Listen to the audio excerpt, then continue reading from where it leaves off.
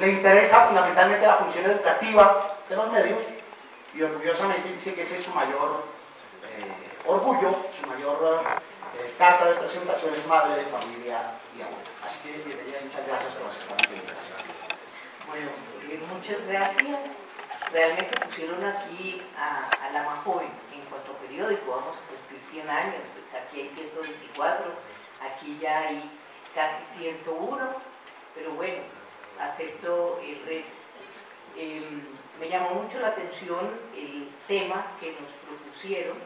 Doy las gracias a la Javeriana, a la Cátedra UNESCO, a Mario Morales, aquí a mis colegas Ernesto Cortés y Fidel Cano, y simplemente pues esto que me propusieron es lo que hemos estado pensando en el colombiano desde hace varios meses, los desafíos que tenemos ante los nuevos sistemas que van a la velocidad de la luz de comunicaciones, ante la manera inmediata como ya todos nos comunicamos y lo que eso puede significar de retornar al periodismo que se hacía hace ya 111 años, por decirlo menos.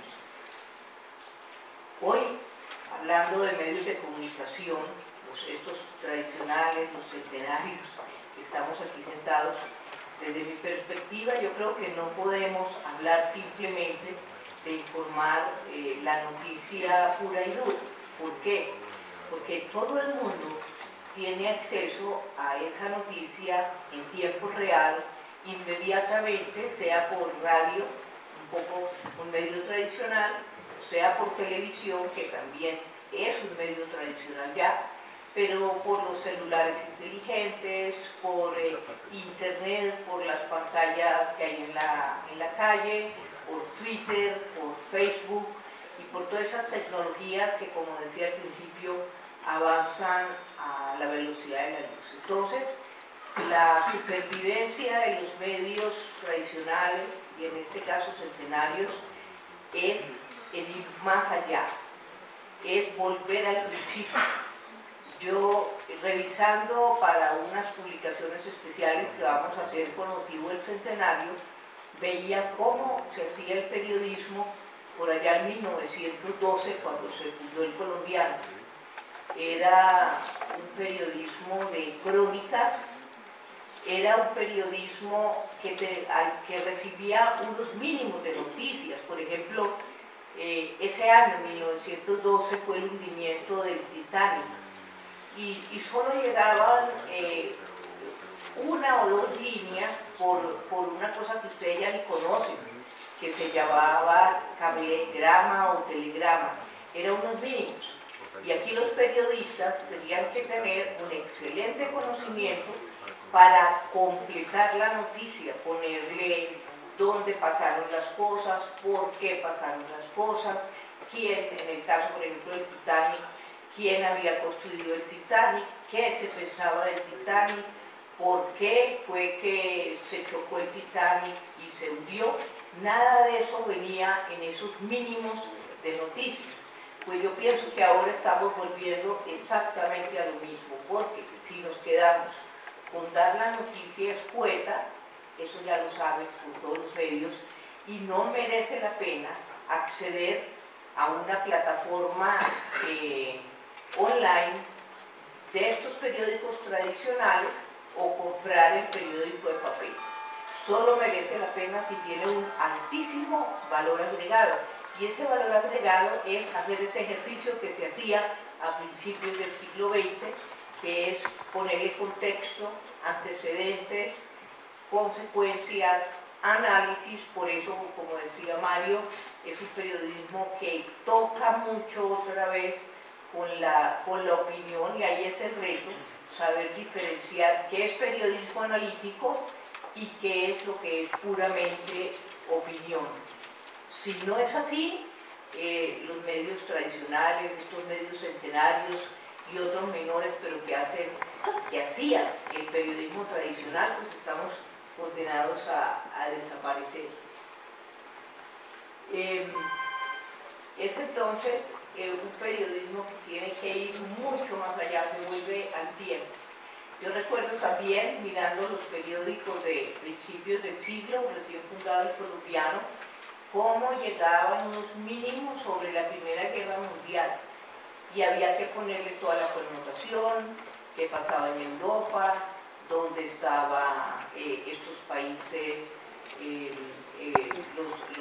Sarajevo, por ejemplo, qué pasaba con los reinos y con el imperio austrohúngaro. Todo eso lo tenían que poner los periodistas acá, que entonces tenían un gran conocimiento de la historia, de la geografía, de la geopolítica, que es lo que ahora todos ustedes deben tener también. Cuando yo pasé por una facultad de comunicación social, sentía que teníamos un inmenso vacío en esos temas fundamentales, que son los humanísticos, que es la política, que es la geopolítica, que es la geografía, que es la historia local, regional y mundial. Por ejemplo, piensen ustedes ahora con la noticia sobre la muerte de Steve Jobs. Si nosotros en los medios nos quedamos con decir que se murió Steve Jobs, estamos perdidos, no estamos diciendo absolutamente nada nuevo. Entonces, ¿qué tenemos que hacer? Recurrir a imágenes maravillosas sobre Steve Jobs, recurrir a cuáles fueron sus ideas, cuál fue su historia de vida personal, que entre otras fue apasionante, porque ni siquiera terminó una carrera. ¿Qué dijo en un memorable discurso que dio en la Universidad de Stanford cuando había una graduación de estudiantes? ¿Qué viene para la empresa que él fundó, del cual fue despedido y a la cual volvió a través de la creación de otras empresas que fueron adquiridas por la empresa fundadora Apple, y hasta dónde llegó él? Si no hacemos todo eso, no estamos condenados a morir. Y yo no estoy hablando del papel.